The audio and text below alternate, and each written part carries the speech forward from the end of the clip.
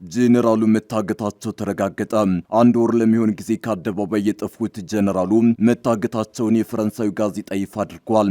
ጄኔራሉ ወደ አዲስ አበባ እንዳይጓዙና ከፌዴራል መንግስት ባለስልጣናት ጋር እንዳይገናኙ በሚል ነው የታገቱት ተብሏል።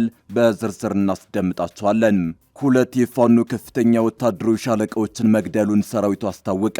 ከሻለቃዎቹ በተጨማሪ ሌሎች ታጣቂዎችን እንደደመሰሰና በርካታ የጦር መሳሪያም እንደማረከ ይፋ አድርጓል። የአሜሪካ መንግስት በበኩሉ የአማራ ሕዝብ የደረሰበትን መከራ ተመልክቻለሁ፣ አሳዛኝ ነው ሲል ለመጀመሪያ ጊዜ ስለ ክልሉ ወታደራዊ ግጭት ተናግሯል። እንመለስበታለን። እስራኤል በፈጸመችው ጥቃት አዲሱን የሐማስ ወታደራዊ ክንፍ አዛዥ መግደሏን አስታወቀች። ቤንያሚን ኔታንያሁ ቢሮ ቀደም ሲል የእስራኤል ጦር የሐማስን የጦር ክንፍ አዛዥ መሐመድ ኦዴህን ኢላማ እንዳደረገ አስታውቋል። ይህም የቀድሞ የጦር አዛዥ በተመሳሳይ ጥቃት ከተገደለ ከጥቂት ቀናት በኋላ የተፈጸመ ነው። ትሰሙታላችሁ። ሁለት የሀገር ሽማግሌዎች መታሰራቸውን ተከትሎ ከፍተኛ ህዝባዊ ተቃውሞ መቀስቀሱ ተነገረ። ይህንን ተከትሎም ዋና አውራ ጎዳናው በተቃዋሚዎቹ መዘጋቱ ታውቋል። በዝርዝር እናስደምጣችኋለን። አክብሮታዊ ሰላምታችን በያላችሁበት የዓለም ዳርቻ የረሳችሁ የተወደዳችሁ የአንድ አፍታ ሚዲያ ቤተሰቦች፣ በቅድሚያ ለእምነቱ ተከታዮች በሙሉ እንኳን ለ1447ኛው የኢድ አል አድሃ አረፋ በዓል በሰላም አደረሳችሁ። ኢድ ሙባረክ ብለናል። ከአንድ አፍታ ለአሁኑ መደመጥ አለባቸው ያልናቸውን ዜናዎች ወደ እናንተ የምናደርስበት ሰዓት ላይ ተገኝተናል።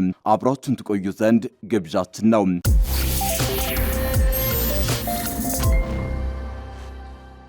ጄኔራሉ መታገታቸው ተረጋገጠ።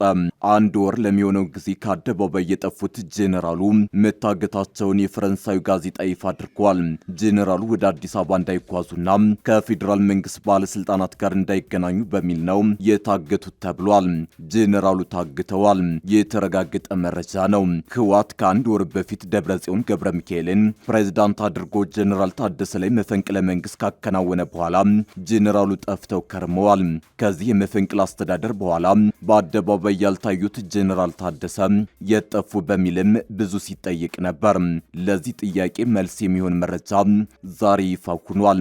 ታማኙ የፈረንሳይ ጋዜጣ አፍሪካን ኢንተለጀንስ ስለ ጉዳዩ ሰማሁት ያለውን መረጃ ምንጮችን ዋቢ አድርጎ ዘግቧል። ጄኔራል ታደሰ ወረደ ከመቀሌ እንዳይወጡና እንዳይንቀሳቀሱ ታግተው እንደሚገኙ አረጋግጫለሁ ብሏል። ጄኔራሉ ወደ አዲስ አበባ እንዳይጓዙ በዚያም ከፌዴራል መንግስት ባለስልጣናት ጋር እንዳይገናኙ በሚል በህወሓት ቁጥጥር ስር ናቸው በማለት ዘግቧል። የአፍሪካን ኢንተለጀንስ ዘገባ እንደሚያመላክተው ይህ እገዳ የተጣለው በጄኔራል ጻድቃን ገብረትንሳኤና ጌታቸው ረዳ አሰባሳቢነት ባለፈው ሳምንት በአዲስ አበባ ምክር ቤት መመስረቱን ተከትሎ ነው። የነ ጄኔራል ጻድቃን የአዲስ አበባው ምክር ቤት ህወሓትን በአጭር ጊዜ አስወግዶ ክልሉን ለመቆጣጠር አቅዷል። ህወሓት ጄኔራል ታደሰ ወደ አዲስ አበባ ኮብልለው ከአዲሱ ምክር ቤት ጋር እንዳይቀላቀሉ በሚል ነው ጄኔራል ታደሰን የቁም እስረኛ ያደረጋቸው ብሏል ዘገባው። ጄኔራሉ ብዙ ሚስጥር የሚያውቁና ህወሓትን አደጋ ላይ ሊጥሉ የሚችሉ ሰው በመሆናቸው እንደሆነ ጋዜጣው አብራርቷል።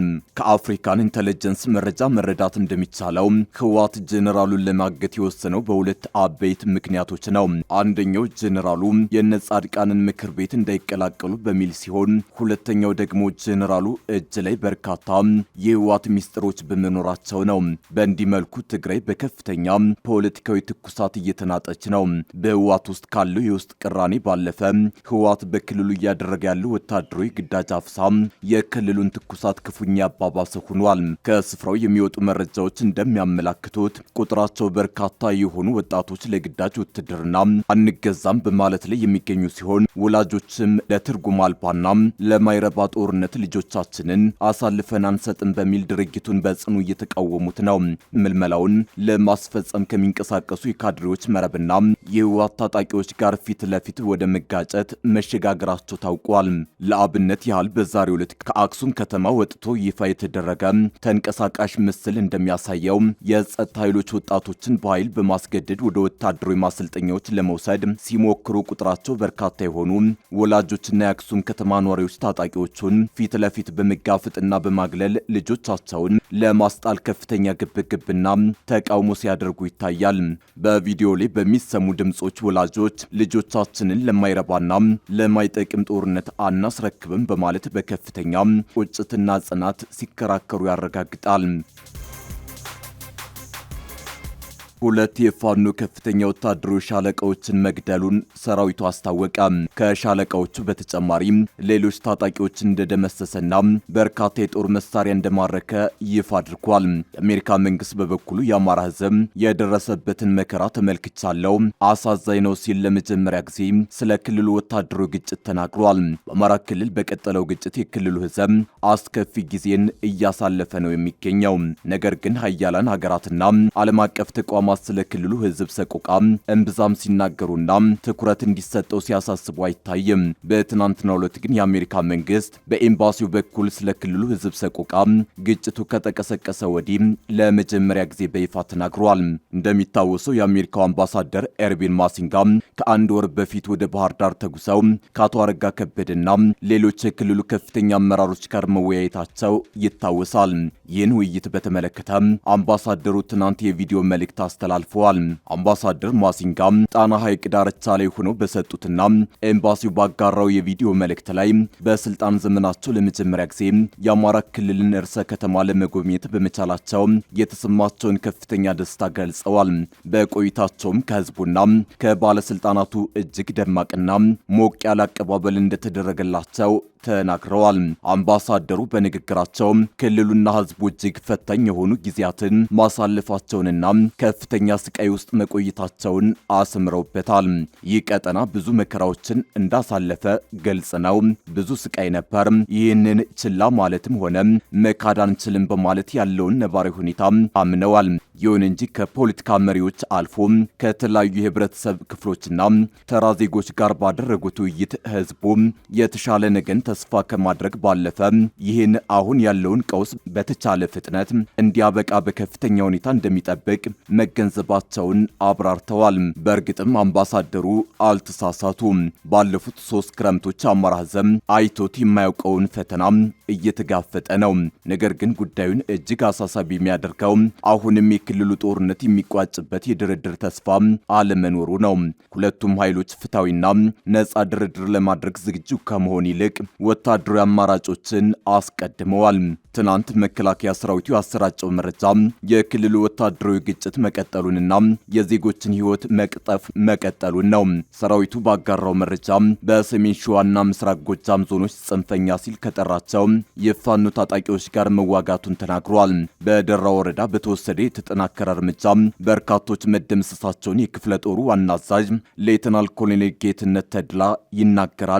መነሻውን ወሎ ወግዲ በማድረግ በደራ ወረዳ የቱቲ ከተማ ማህበረሰብና የመንግስት የሥራ አመራሮችን ለመግደል ለመዝረፍና ለማፈን ሲንቀሳቀስ በነበረው የጽንፈኛው ቡድን ላይ በተወሰዱት እርምጃ 2 ሻለቃ አዛዦችና ምክትሉን ጨምሮ 19 ከነ ግብረ አበሮቻቸው ሲደመሰሱ 24 አባሎቹን በማቁሰል 3 አባላቱ ተማርከዋል በማለት ነው ሰራዊቱ የገለጸው።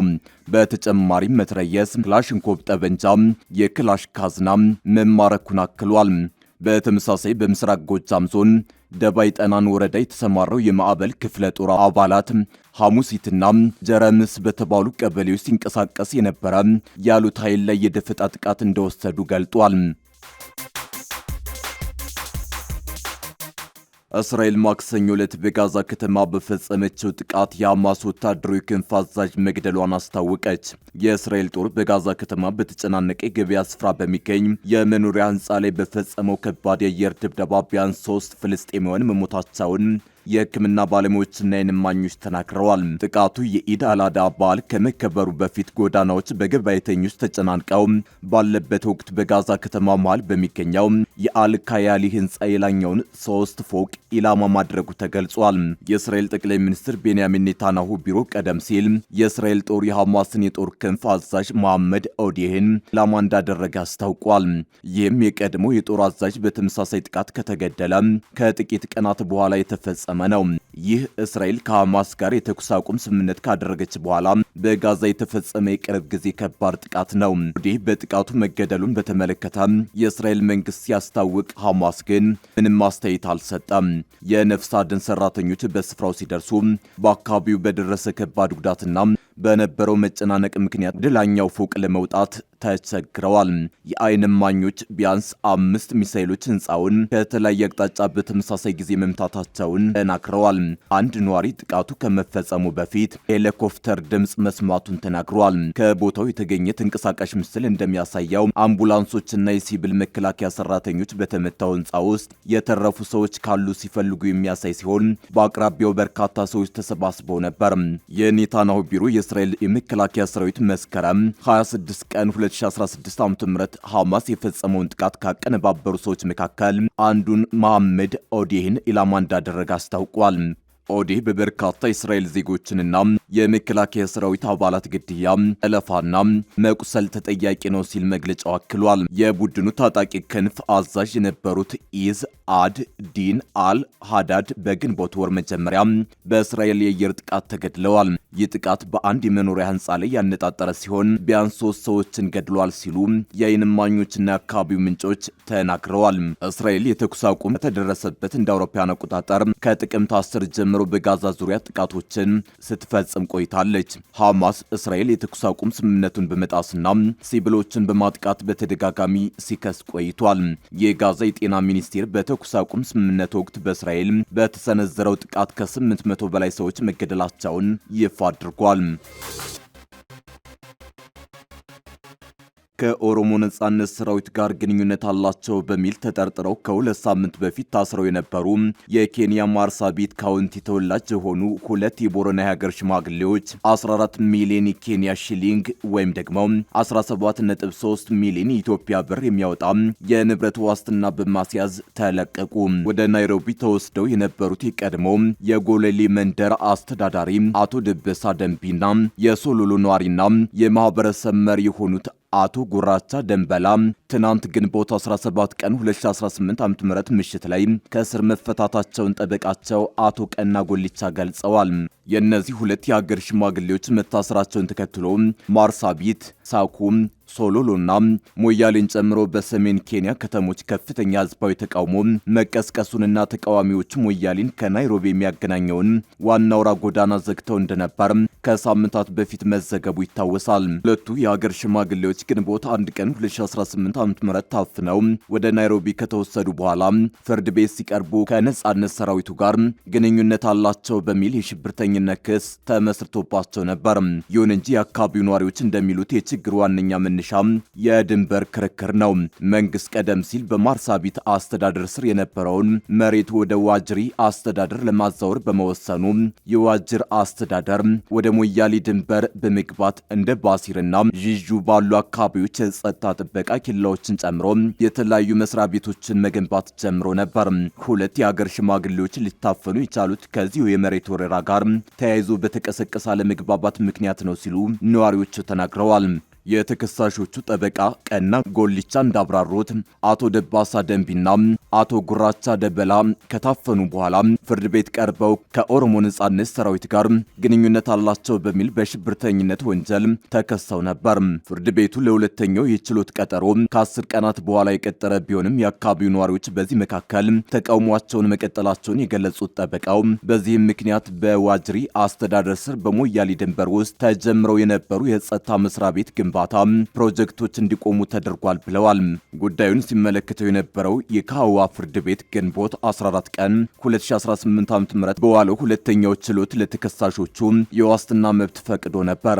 ይሁን እንጂ ፍርድ ቤቱ የጠየቀው የዋስትና ገንዘብ መጠን እጅግ ከፍተኛ በመሆኑ ተከሳሾቹን በጊዜው እስር የማስፈታት ሂደቱ መዘግየቱ ተገልጿል። በመጨረሻም ትናንት ምሽት ግንቦት 17 ቀን በግምት ከምሽቱ 2 ሰዓት ላይ ከእስር ተፈተዋል። በዚሁ መሰረት አቶ ደባሳ ደንቢ በ5 ሚሊዮን የኬንያ ሺሊንግ በግምት 6.2 ሚሊዮን ብር የንብረት ዋስትና፣ አቶ ጉራቻ ደንበላ ደግሞ በ9 ሚሊዮን የኬንያ ሺሊንግ ወደ 11.1 ሚሊዮን በሚገመት ብር የንብረት ዋስትና ተፈተዋል። በአጠቃላይ ሁለቱም የሀገር ሽማግሌዎች በ14 ሚሊዮን የኬንያ ሺሊንግ ወይም ደግሞ 17.3 ሚሊዮን ብር የንብረት ዋስትና ከእስር ወጥተዋል ተብሏል። በተጨማሪም የኬንያ መንግስት በሀገር ሽማግሌዎቹ ላይ መስርቶት የነበረውን የሽብርተኝነት ክስ እንዲነሳ ማድረጉ ተረጋግጧል።